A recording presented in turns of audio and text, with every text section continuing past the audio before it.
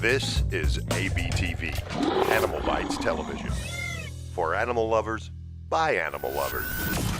So guys, I'm super excited here. I'm with my buddy here, Jose the American Alligator, and I'm at Brad's World, an amazing place that does crazy cool educational things. We have a load of amazing animals to show you guys, and we're certainly starting with Jose here. He's over 7 foot long and 145 pounds. He's about 15 years old. You can certainly see what a beautiful animal this guy is. And again, American alligators are kind of the puppy dog of the crocodile world. You certainly wouldn't want to do something like this around a saltwater croc or a Nile croc, that's for sure. But Jose here, he's one cool animal. God, it's gonna be an awesome day. My name is Brian Barczyk. I'm no zoologist, just a guy with a passion for animals. And that passion often takes me on animal adventures around the world. This week, I'll be at Brad's World out in Oregon, showing you some amazing animals. And later in the show, I'll show you some never-before-seen home video of Steve Irwin. You're watching Snake Bites.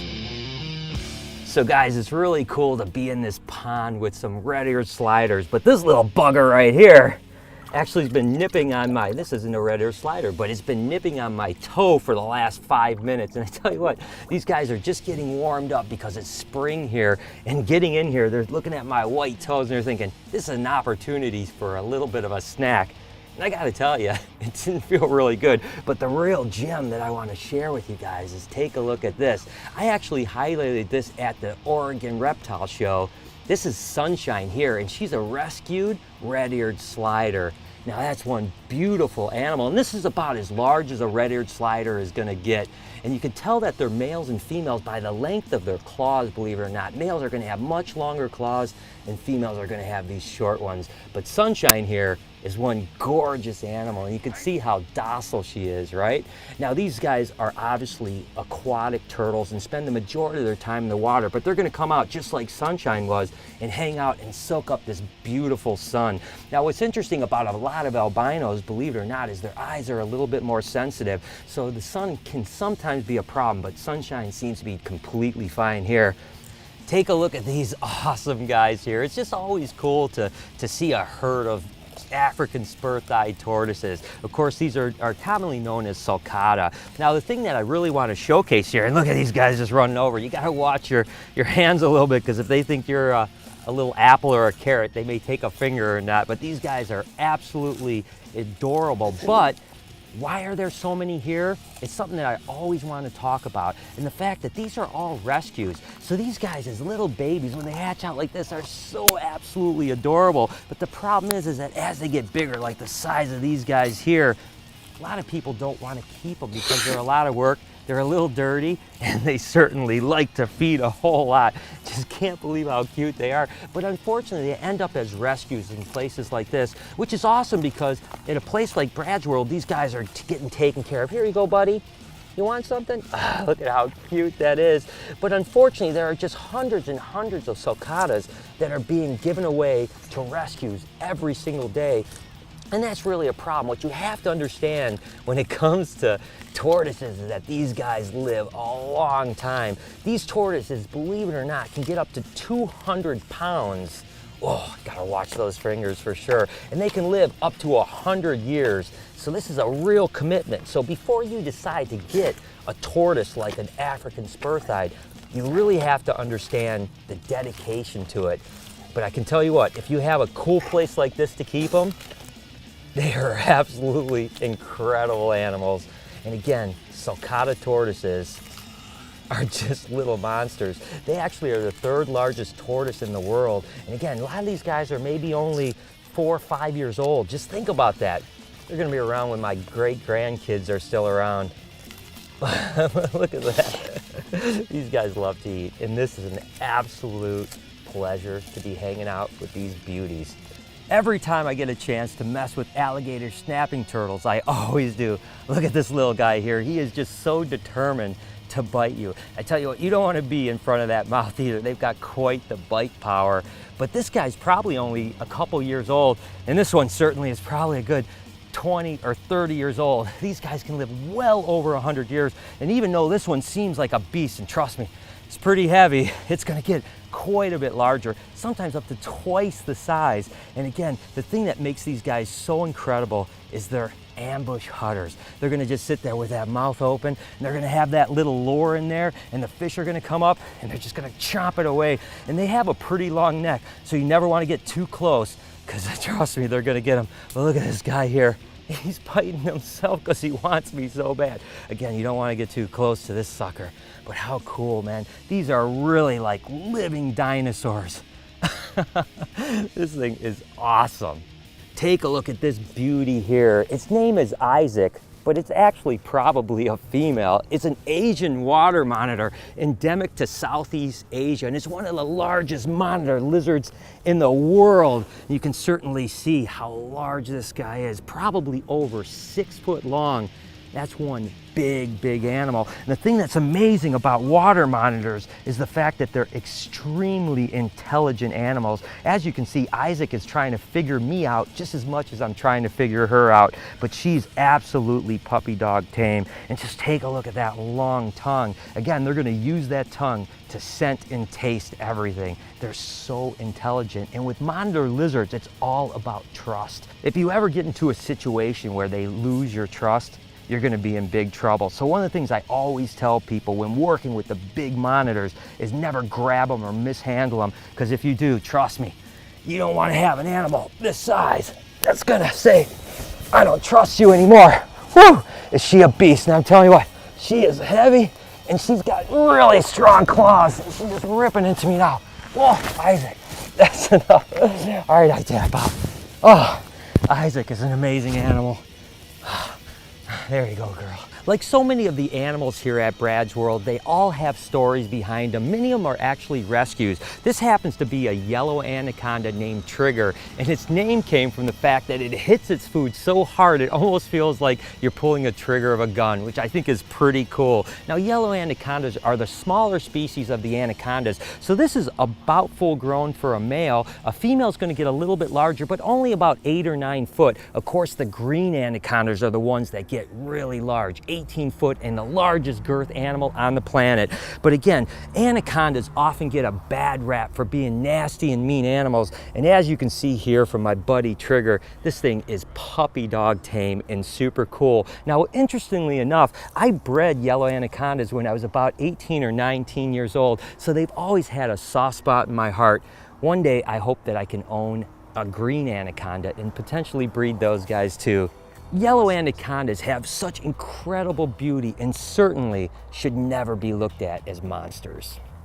I've told the story a million times. My very first snake was a Burmese python, just like Pandora here, but it certainly didn't look as cool as Pandora. It was just a normal Burmese python, and it really spurred a lifelong passion for the big snake. Sadly, we don't see very many Burmese around, of course, because of the Lasiac, but Pandora here is a really special animal. She's an albino granite, which is a double recessive mutation. Both albino and granite are recessive, but this black blotching is what makes Pandora so special. Of course, it's what we call paradoxing, and it's sometimes genetic and sometimes not. It's hard to say, but nevertheless, it makes her look absolutely gorgeous. And of course, she's just a little bit of a pup right now, maybe about 6 or 7 foot. Burmese pythons can get pretty large. As you guys have seen my girl Satan, they can get 18, 19 foot and this big around, a few 100 pounds. So Pandora certainly has a long way to go. And as you can see here, Pandora is just starting to shed. Some stuff is starting to peel off just from me handling her, so I'm not going to try to manhandle her too much.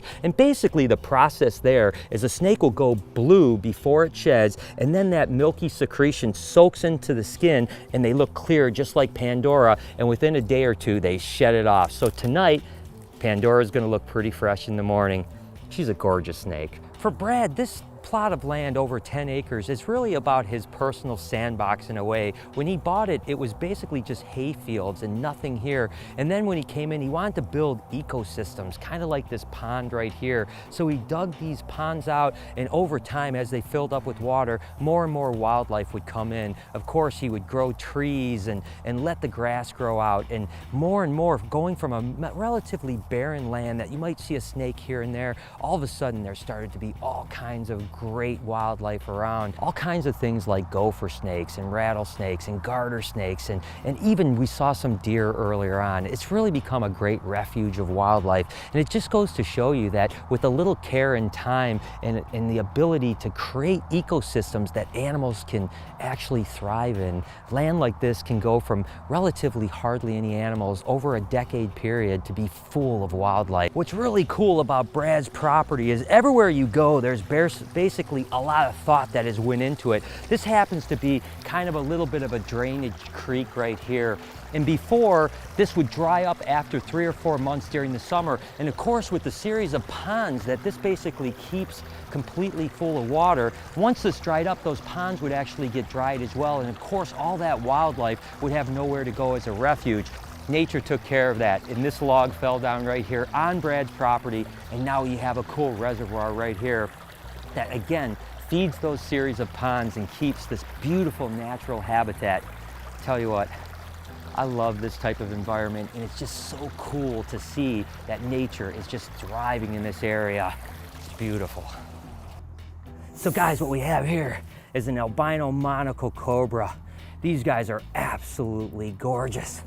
And again, the thing that's neat about cobras is that defense that they have. They're gonna take that big hood like this, and they're gonna hood up. And that's what's gonna make them look larger and keep the predators away. Now, ironically enough, if you can keep eye contact with them, typically they're gonna stay hooded like this. And this is the area that you don't have to be as concerned about them biting. Believe it or not, when you're handling these guys, you don't want them to be unhooded, because that's when they're dangerous. Now, the albino monocle cobras have been being bred for probably about 15 years or so. Man, look at that thing, just threat posture like that. They're highly, highly intelligent. And again, you just gotta keep movement. Now, when you see these guys with the baskets and you see them with their flutes, everyone thinks that they're actually going to the music, but the truth is, it's all about movement. If you can keep that movement going, you're gonna have them come up and they're gonna do this threat display. What a gorgeous snake this is. At Brad's World, they work a lot with venomous snakes from an educational standpoint. The whole philosophy here is to show these beautiful animals and talk about conservation.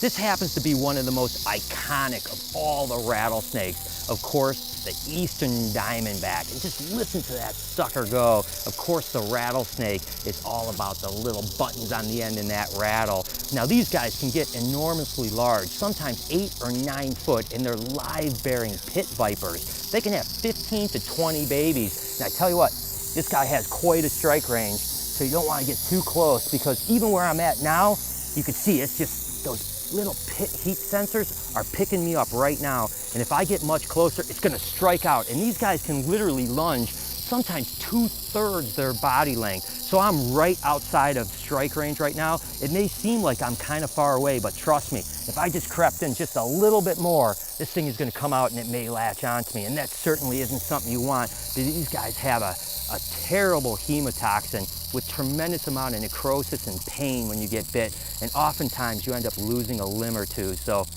trust me, I do not want to get bit by any diamondback rattlesnake. This is certainly one of my all-time favorite snakes. This is a black-headed python from Australia. Now, of course, that jet black head is why they're called a black-headed python, and one of their near cousins is certainly the Woma python. But the black-headed pythons get much larger, with their westerns being the largest variety and the easterns being a little bit smaller. But nevertheless, some of these guys can get 9 foot plus and about this big around. But one of the most common mistakes that hobbyists make when they get into black-headed pythons is overfeeding them. And then they have a very short lifespan and typically don't reproduce very well. Believe it or not, a black-headed python female typically needs to be about 5 years old to make sure that she's going to reproduce well. With blackheads, you definitely want that lean and mean animal in order to produce it. And this girl here, believe it or not, which has a great body weight, is starting to build eggs. That's right, you're starting to see some swelling in the back end. So she's about to be a mom and have a couple pups pretty soon. What an amazing animal. I tell you, black-headed pythons, I'll never get sick of holding these guys. Now this happens to be a real treat. This is a cottonmouth. Now what's interesting about cottonmouths is the way that they got their name is because they actually have an interesting threat display typically. They'll sit there and they'll just open their mouth really wide, and of course they have a completely white mouth, hence the name cottonmouth. Now it's kind of cool to see an animal in this environment because although we're in Oregon, this is pretty much exactly where they're going to be from, is in this swampy area, always kind of going to the water and spending a lot of time in there. But also they're going to be endemic to a large portion of east of the Mississippi, all the way up into Illinois and all the way down into Florida. Now I gotta say, this is by far the largest cottonmouth that I have ever seen, and she's actually been bred, so there's a good chance that she's gravid. But I tell you, although she's obviously very used to being around people because she has no threat display whatsoever, although this girl seems to be extremely acclimated to people, their toxins are pretty wicked. You don't want to get hit by something like this. I don't believe there's ever been a recorded death, but trust me, if something like this bites you, you're probably not going to have a good day or two because they have hemotoxin and it's going to hurt and there's going to be quite a bit of necrosis. Not as bad as rattlesnakes, but nevertheless, just look at that beastie right there. That is one absolutely huge cottonmouth. Oh my gosh, that is gorgeous. What a cool animal ambassador. Guys, this is really awesome. Earlier we ran around and flipped a bunch of tins and didn't basically find anything, but just now it's kind of that end of the light day, which means that animals are kind of coming out and trying to soak up the last sun of the day. And sure enough, as soon as I flipped this tin, we found two perfect gems here. Now this happens to be a little racer, which when these guys get bigger, they're pretty cantankerous. They love to bite and they're super, super quick. But when they're babies, they have that really cool pattern to them, which makes them really cool. And of course, this one here is probably one of my favorite garter snakes. It's the red spotted garter snake. And again, they're endemic to this part of the country and only this part of the country.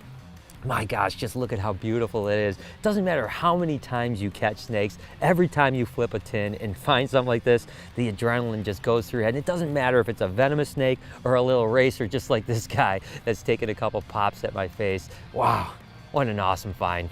As you guys know, catching snakes is absolutely just awesome and exhilarating, but I've always said that releasing them is actually more fun to me. Just to see them kind of go back into the wild is just so cool. So we're gonna let these guys go, and look at that, just that quick, just completely disappears into the hay. We'll put this guy down. And the one thing when you're out herping that's so important is to always put, whether it's a rock or a piece of tin like this, always put it back exactly the way you find it. You don't want to disturb it, but tell you what, let's go see what else we can find. We have another find here. This happens to be the common northwestern garter snake, or Thamnophis ornodes. But the thing that's really interesting about these guys is they come in about 25 different color phases. So these are extremely polymorphic. You can get yellows and oranges and even some red variety. And the locals here will call them red racers or orange racers or yellow racers. But this is basically what you're going to find in this area. Again, another garter snake. But unlike the red spotted garter snake that is basically just one morph, this guy will have many, many morphs, but they're the exact same species. So again, let's let this little bugger go back under this tin and he'll live his life a good way that way. Oh, been a great night. And as promised, here's some home video shot by Brad Tillum of Steve Irwin in his early days at the Croc Hunter. Seeing as Terry Irwin's parents lived down the street, Steve and Terry would visit Brad often. Hope you guys enjoy it as much as I have. She's a little bit blue. There she goes. When you see one that's a wildlet, don't muck with it. I love that. Never do this. The other thing is, whatever you see me do tonight here at Brad's World, never try it. Because this is the pygmy rattlesnake. So it's never been a secret that one of my kind of idols in life has been Steve Irwin. So to kind of be sitting exactly where Steve was several years back, visiting Brad because his wife Terry is from the area, and playing with this exact snake, a pygmy rattlesnake, is something really special to me. Of course, I've always loved pygmy rattlesnakes. They're endemic to South Florida and all through the Florida areas, and they're of course the smallest rattlesnake in the world. What's cool about it is they live next to the eastern diamondbacks, which are the largest rattlesnake in the world. But again, to me, what's really special about this is just to think that the guy that I've always admired so much because he just meant so much to wildlife around the world, sat here talking with my friend Brad, just like I've been doing all day. And you thought cougars killed joggers? That's nothing on the pygmy rattler. We met some army boys down there on the bad side of Florida, mate.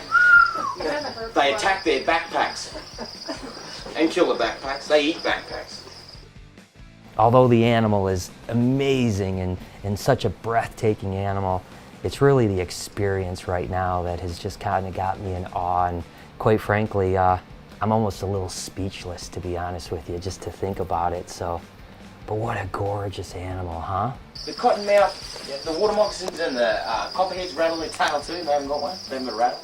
It's the weirdest thing. The funniest That is thing. weird. It's not like... I got this copperhead, holy shit, bite. Bang, I got a little hook, I go, it's like, ah! And it was like, the venom flying out. You're gonna make a run for a little lizard? What's the... Oh, you're a death adder!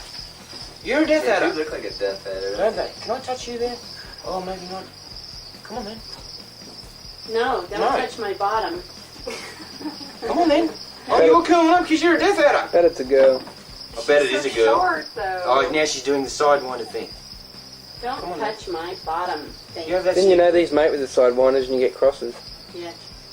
Pink. And that little Groucho Marx. Sort of like eyebrow. taipans and carpet pythons, they do that We're too. about to go to... Okie dokie. So guys, what an amazing time out here at Brad's World, tooling around nature, seeing such amazing animals. Oh my God, I could live every day of my life like this. But for now, I think I'm just gonna sit back and enjoy Mother Nature a while and get a little nap in. And as always, I was Facebooking, tweeting, and Instagramming my way through it. So make sure to follow me over at SnakeBytesTV and on Instagram at SnakeBytes.tv. Until next week, you've been watching Snake Bites.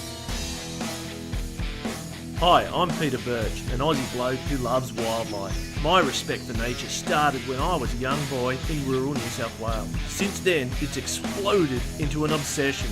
New episodes only on AnimalBytesTV.